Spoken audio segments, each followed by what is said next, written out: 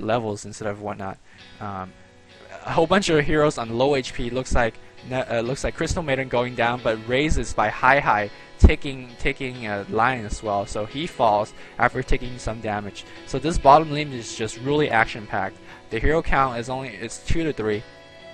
And Spectre doing a bit hate on the or not hate, but he's just chasing that Earthshaker away, buying a Ring of Health. So he's definitely going for a Vanguard. Not sure if I like that item choice. Sure, it's gonna be help a lot in terms of the burst damage, but given that in this global strat, Spectre needs to have some damage item to help out early.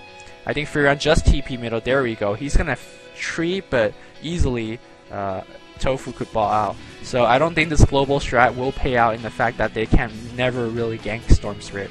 So if a Storm Spirit is being ganked, he could just easily TP out. Meanwhile, someone has fallen on the bottom. Spectre without any support. Lions, Furion and mid top, and he's trying to fear a trialing against himself. So not the best thing that he could be doing. Nevermore picking up. I think he picked up that kill. Nevermore has 3 kills already, and he's farming well. 16 creep kills versus ToFu on his team, also 26 creep kills. Necrolyte 23 creep kills. So the Scourge, as well as to having hero advantage, they're also having a lot of creep advantage. So the early game definitely, as predicted, going to Razer, and I'm not sure how the Sentinel team could cope or come back. Even though this early game is a bit, looks like these guys are hi-fiing in the forest, they should be careful. ToFu has blinks in and just kills them with that little lighting on the ground, and just line feeding a bit. And Furion looks like he will go down as well. Furion taking a bunch of damage, and looks like he will go out. He's gonna just do as much damage as possible. And if you saw there, both Crystal Maiden and Earthshaker just stood next to Furion when the Furion was at low HP without attacking, and that's because they want their carry to get the kills, and they did just that. So now ToFu has a double kill. The Nevermore has 3 kills.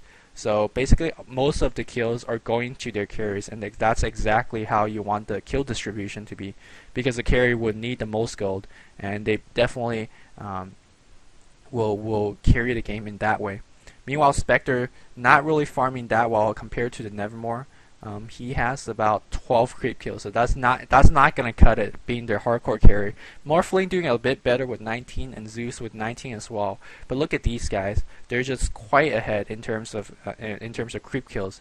And I don't know, Spectre just needs far too much creep kills to be effective. He still has an ultimate to work with, but that's more team fight, and I don't think they're in any position to initiate in a global strat.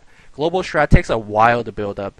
I think you might really see its effect in the 25 minutes in, but before that, they're just sitting ducks.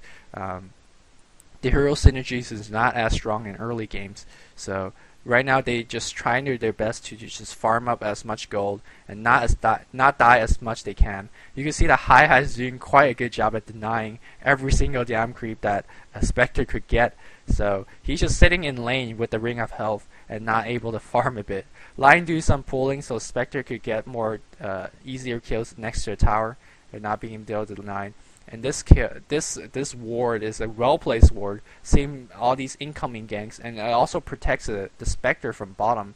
But I think Spectre, why are you not watching the minimap? Back the hell up! Spectre running out, finally seeing it.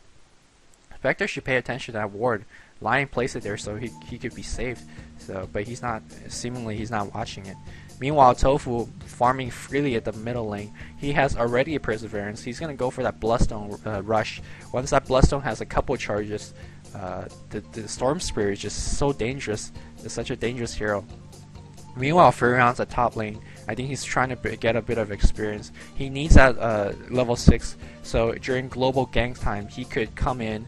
And looks like Furion is going to TP in. Looks like global strat is coming into effect. They are going to focus on the Crystal Maiden, but he's Crystal Maiden living with 2 HP, but he dies. But it looks like Lion will die to one good raise, another good raise. HyHy is really impressive with these raises, hitting multiple heroes multiple times. That's a good job. It looks like Furion should be able to run out. Yeah, he's okay. They can go out, and Earthshaker not being focused. They're focusing on the Nevermore, but Nevermore is good. No, that was an ultimate. Yeah, that was not a lightning bolt. I thought that was a lightning bolt able to cancel out that TP. It was just Zeus' ultimate, and he was just a one hit away. Looks like all these Scourge heroes are TPing out, and that's to reiterate the fact that what I said earlier. The Sentinel team does not have that many stuns.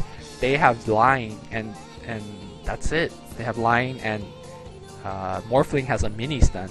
So all these Scourge heroes are able to TP away if they're being ganked, and that's not what the Sentinel want, to be honest, because they want to be able to have a quick global 3v1 and go in and kill them.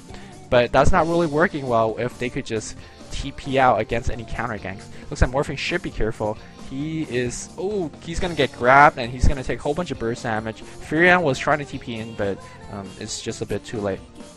So definitely the early game advantage going to the Scourge, and this Necrolyte is going for a support Necrolyte. Not a bad job, not a bad build, excuse me, because support Necrolyte is being able to heal so much damage.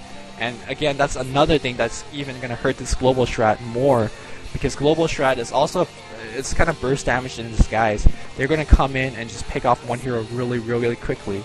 But with Necrolyte on the mix, Necrolyte being able to heal quite a bit, so that burst damage is quite mitigated to a bit. So it looks like Furion is unsuspected to a gank, and Furion will go down. He's trying his best, but maybe Necrolyte will go down. Necrolyte, look, he's just healing quite a bit. Looks like a whole bunch of people TPing. I'm not sure why Spectre, maybe Spectre got stunned on the bottom lane, and yeah, he definitely got fissured and was not able to. Another two good raises by Hyhy takes off Spectre. Another kill goes for him.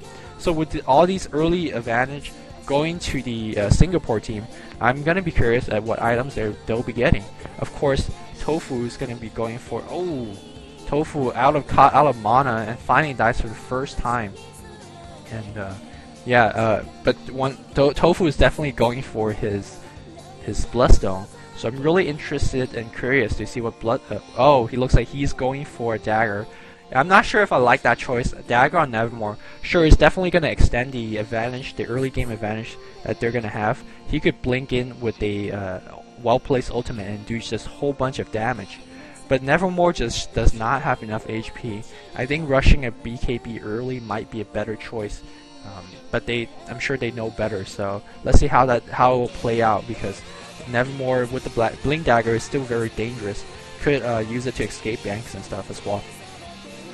Meanwhile, in the top lane, just these guys just rising up a bit. See him just doing his best to leech some experience. Crystal Maiden is really just such a I guess sad role to play. All her job is to just leech off experience, get to 7, and after that just don't kill anything. Just deny, help ganks, and buy wards and try not to die. That's his only job, and that's why it's really difficult to play a good support role. And that's why I bash Pusher a lot. Pusher is such a good player. Looks like a gank going up on top. Earthshaker falls down. A global kind of coming into effect. You have Furion, Lion, and Spectre. They didn't even need a full global then. Hyhy coming up from behind. Another 2 good raises. But it looks like he's gonna TP out. Is he gonna TP out? No! They just had enough nuke taking out Hyhy, and that's what I meant. That dagger did not help in anything. Maybe he got that couple positioning right, good for the raises, but that's it. If he had just a bit more HP, he would have lived through that TP scroll and would have went out safely. So I'm not sure if dagger would be the best choice. Meanwhile, ToFu taking a bit of damage, and looks like he'll be okay. ToFu almost done with his Bloodstone. He's just rushing it straight, even without buying a boost of speed, which I guess is okay. He should be careful though.